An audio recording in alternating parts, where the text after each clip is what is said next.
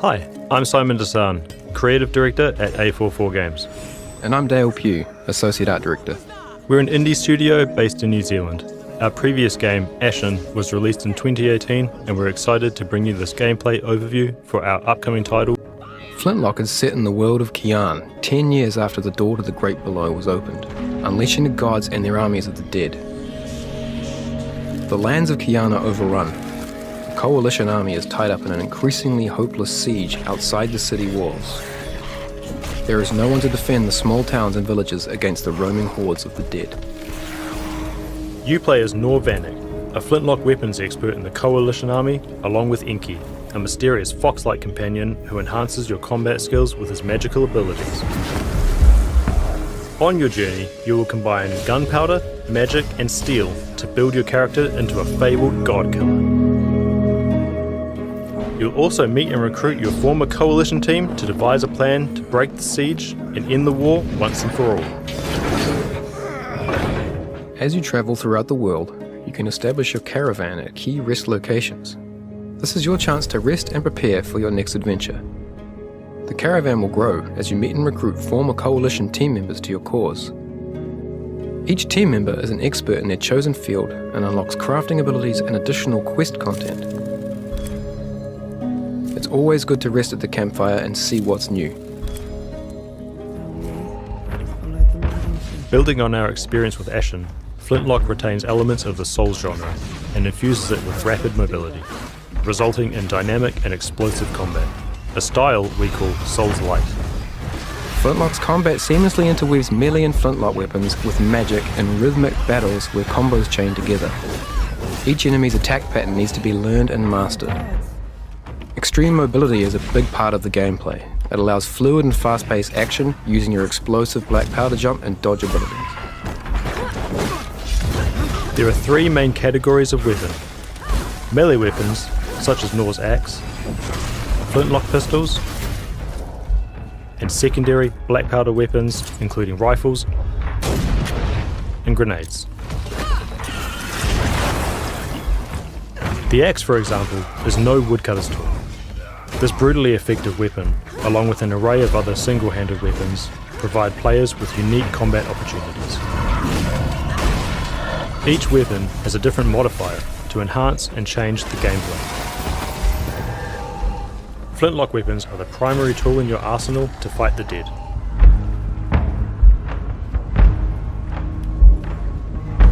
You restore black powder charges by hitting enemies with melee attacks.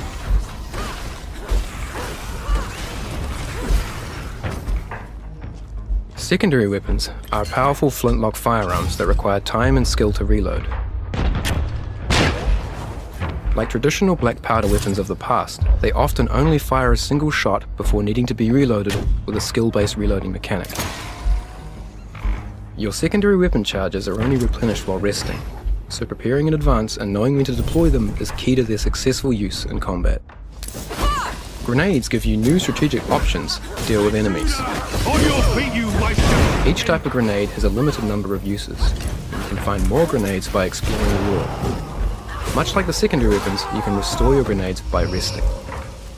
The more grenades you pick up, the more you can throw between rests. Enemies can be engaged in a number of ways. Learning each enemy's moveset and mastering the best attack, counter-attack and defensive moves are key to unlocking the full combat system in Flintlock.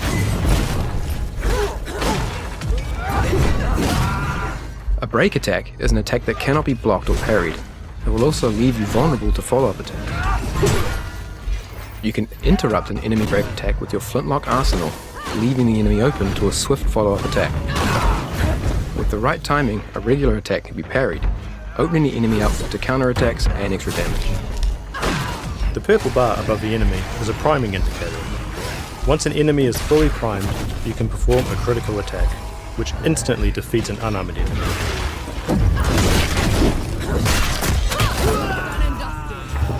Or strips the armor from a more heavily protected one. Inky's strike applies the Curse of Death on enemies, allowing you to build up their prime from a distance before closing in to finish the job. While Inky's curse is active, Your melee strikes will also build the priming bar, as well as inflicting damage. In addition to the Curse of Death, you can equip different curse stones to Enki. Each stone makes a striker play a different status effect, such as poison or weakness. As you increase your bond with Enki, you will unlock powerful magical abilities called Witherings. Enki's Withering gauge will build over time. When it's full, Nor and Enki can fuse together and unleash a devastating ultimate attack. Armoured enemies take reduced damage and are less likely to be stunned by your melee attacks. While you can kill an enemy that's armoured, you'll often need to remove it first by fully priming them and using a critical attack. Shields prevent all damage from a frontal attack. You must first remove the shield to attack head-on, or find other openings. Ripping off a shield exposes the enemy to a direct attack. With a war that has been raging on for so long in Kian, coins and gold have become worth less than your reputation. Reputation is the currency in the world of Flintlock and represents your renown and experience. It can be spent to obtain skills and items and craft upgrades to your weapons and armor.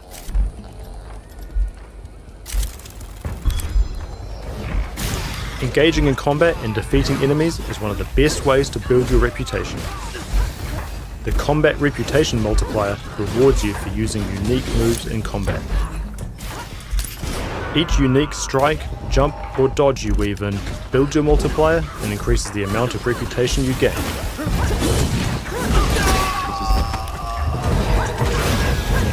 But be careful, if you take damage, you will lose your multiplier and the additional reputation that has been gained. You can choose to bank your reputation at any point and the multiplier will be reset to 0. Hamlets are settlements around the world that have become overrun with the dead. Defeating the boss will free the hamlet. The people will return to their normal lives and you'll gain access to the local coffee shop. Every coffee shop has a host. Hosts are mysterious creatures who care for the local inhabitants.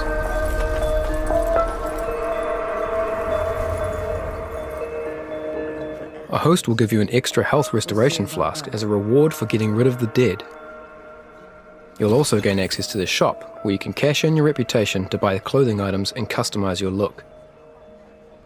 Since the coffee shop is the central hub of every hamlet, hosts know everything going on in the local area, and will offer up rumours which form the basis of Flintlock's side quests.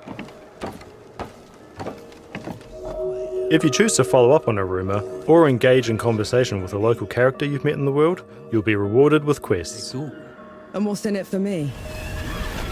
These are an excellent way to fully explore an area, unlock unique inventory items, and enhance your experience of the story.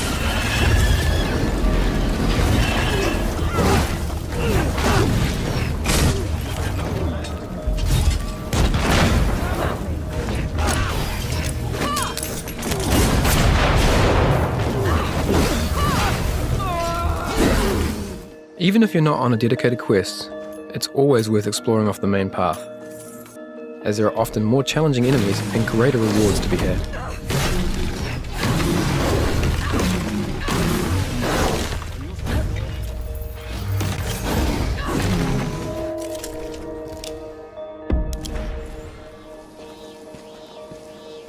From myself, Dale, and the rest of the A44 team, thank you for checking out our gameplay summary.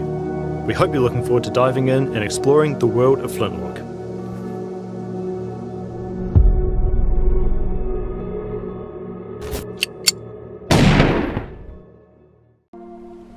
Hi, I'm Alex Draycott. I'm the creative director over at Ironwood Studios. And I'm Seth Rosen, the game director on our first title, Pacific Drive. We're going to take a look at the game today. It's a driving survival crafting adventure set in the Pacific Northwest. We find ourselves here in the Olympic Exclusion Zone, where your only lifeline is an old station wagon. We're going to start this walkthrough in the garage. It's your base of operations where you start and end every trip. Eventually it'll start to feel like home, and while it can be upgraded, the car is the real star of the show. It's not just a vehicle, it's also the key to your survival. Each part has a purpose, and they can be swapped and upgraded. In the garage, everything is either for taking care of your car or for helping you prepare. Maintaining the integrity of your car is important. It's your shield against most dangers out there. For folks who take regular trips into the zone, you're going to need every bit of help you can get. Speaking of which, you've got to know where you're going before you leave the garage. On this map, you'll scout routes for your next trip. It gives a preview of what you'll be up against on the right side of the screen, and once you've decided on your destination, you can select it, and the scanner on the roof of the garage will highlight the roads that lead you there. It will also reveal some information about the roadside attractions that you'll pass by. Looks like it's time to get ready to go. First thing we want to do is top off our fuel. We can always grab some while we're out in the zone, but it's certainly safer to do while we're here in the garage. The next thing that you're going to want to do is check for missing doors and panels that may have been destroyed or misplaced on a previous trip in the zone. We're missing a door, so we're going to go ahead and craft a new one. Now that we've got the part in hand, the labor itself should be pretty quick. Oh, looks like something's up with our tire. Let's take a look and see what's going on. Looks like we got a flat. Since we're back at the garage, we're going to replace it with a spare that we've got on hand, but with the right tools, we could fix that puncture while we're out on the road. Now that that's sorted, we also want to grab a scrapper, which we'll use to gather materials while we're out there. And one last status check before we get behind the wheel. Looks like our battery's a little bit low, and we don't know exactly how long we'll be out in the zone, so we should take care of that. So let's flip this switch and hit the road. If we do get caught with no charge remaining, the car will still start, but no headlights at night is a recipe for disaster. We could hang out in the garage and detail the car or research new upgrades. What we really need right now is more crafting supplies. So instead, we're going to head out, explore some new areas, and scavenge for materials. Each time you exit a level, the route map appears and you'll pick the next stop on your road trip. Maybe you'll want to stick to your plan. Or maybe the zone has changed your plans and you need to come up with a new one. Either way, it's your choice, but for now, let's stick with our original destination. As we roll into this junction, we're looking for any resources or buildings we can scavenge for supplies. We can check our surroundings with the map on the passenger seat to see if there are any points of interest or structures worth investigating, but not everything is on the map. It's important to keep your eyes peeled. We're currently in the damp forest, which is one of our biomes. Each is different with their own resources to gather and hazards you'll have to avoid. Pacific Drive also features a dynamic time of day and weather system, and since we're in the Pacific Northwest, there's about as much rain as you'd expect. And there's even stranger weather to get caught up in as well. Rain and driving surfaces will affect the way your car handles, so drive careful. As we mentioned, this is a survival crafting game, but unlike most games in the genre, you're going to need man-made materials rather than natural to keep your car running. Your car is your lifeline. If you take care of it, it will take care of you. To do that, you're going to need to scrap abandoned vehicles for parts, pilfer deserted buildings, and craft higher tech tools to recover some of the more exotic things that you'll find in the zone. There is more in the peninsula than abandoned ruins and radiation. Watch your back for lurking pickpockets and tourists, and don't leave your car unattended. Abductors have been seen hurling entire vehicles off of cliffs. If you manage to scan any of these anomalies, you'll learn more about their background, and they'll show up on your map when you're planning your routes. But as a note, familiar and anticipated does not mean safe. Every time you visit a junction, certain aspects will be different. The zone causes all manner of things to get jumbled, like different anomalies infesting the area, as well as resources and buildings appearing in new places. Worse yet, large atmospheric shifts can form and pass nearby, bringing increased anomalous activity. It's generally a good idea to give these things a wide berth, but with the right gear, you might just be able to use it to your advantage. The only thing keeping this chaos at bay are these little pieces of tech called anchors. They've been installed all across the zone in a desperate attempt to stop its expansion. For decades, they've been sitting and absorbing energy from the instability. Luckily for you, the arc device installed in your passenger seat is tailor-made to store that collected energy. Anchors, and the energy extracted from them, are the most important resource in Pacific Drive. Back at the garage, you'll need it to unlock new crafting recipes and upgrade the garage itself, but more pressingly, anchors are your way home. In the zone, it's not safe to drive back the way you came, so you need to find another way. When you're in an area of the zone that is stable enough, like the junction we're in now, you'll need a certain amount of anchor energy based on how far you are from the garage to make your escape.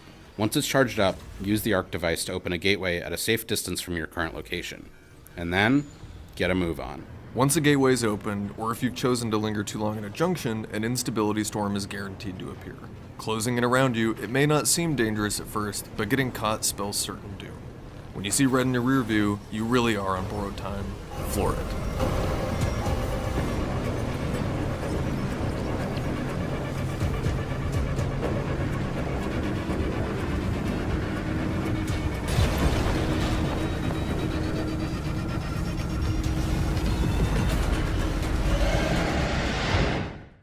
We made it back, and with a good haul of resources. We should, though, talk about what happens when you die out in the zone. We won't spoil too much now, but there is more to this garage in your card than at first glance. If you die, you'll still return to the garage, and the game continues, albeit with your ride in a worse state than when you started. The materials you gathered will also be forfeit. Don't worry though, there's a way to recover those resources, and if your car is in particularly rough shape, well, the zone's a bit strange and sometimes even helpful. There are a few things around the garage that can help you get back on your feet. Fortunately, we made it back with our car more or less intact, so we can head into the back room of the garage and spend our anchor energy. At the fabrication station, you can spend the anchor energy and materials you've gathered to print new crafting recipes that help you survive and explore the zone. For now, though, we're going to build something new. There's plenty to add to the garage, but certain stations can also be enhanced and improved. These garage upgrades have additional tiers that can unlock new parts to craft using zone materials, resulting in better, stranger equipment. When you play Pacific Drive, we want your relationship with your car to be a personal one, and one of the ways that we do this is with our quirk system. Over time, your car will develop more interesting characteristics. These quirks are randomly generated, but the types of behaviors your car develops will be familiar to anyone who's driven an old vehicle. Many of these are harmless, and some even helpful, but when they become more of a hindrance, it's time to get it fixed.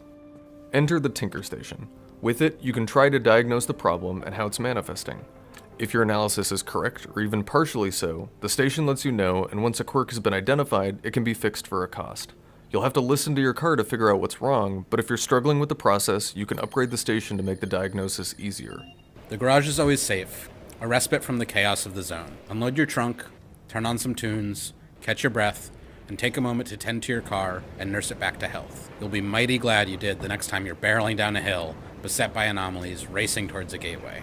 All of the necessary repairs can be done by hand, and there are garage stations that can do some of the work for you. That said, you might be better off recycling an especially busted panel and then using some of the crafting materials that you get back to build yourself an upgraded part, or at least a fresh one. In Pacific Drive, everything can be installed in multiple places on the car. Maybe that means you put a saddlebag on the driver's side for easy access to spare tools, or maybe it means putting a nitro boost on the front bumper for when you need to back out of a sticky situation and do it fast. And it's not just functional and structural parts that can be customized when it comes to making the car your own. Paint all the panels and doors with whatever colors you collect down the zone, and if you find them, there are decal kits that can be applied as well. Beyond that, there are multiple other slots where you can install the various cosmetic trinkets and stickers you find while exploring, assuming you can successfully make it back with them in your trunk. With our car fully repaired and detailed, it's time for the next expedition. Our last trip was successful, so the route we took gets uploaded to the system and reveals new junctions to explore. But that won't be the only thing that's changed. The zone's instability will have randomized certain aspects of the map. So take stock, plan your destination, pack your car, and get back on the road. From Seth, myself, and everyone on the Pacific Drive team, thank you so much for checking out our gameplay summary. We hope you've learned a bit more about surviving out in the zone, and we can't wait to see you behind the wheel on February 22nd. Pre-order Pacific Drive now on PlayStation 5, and remember, the only way out is through.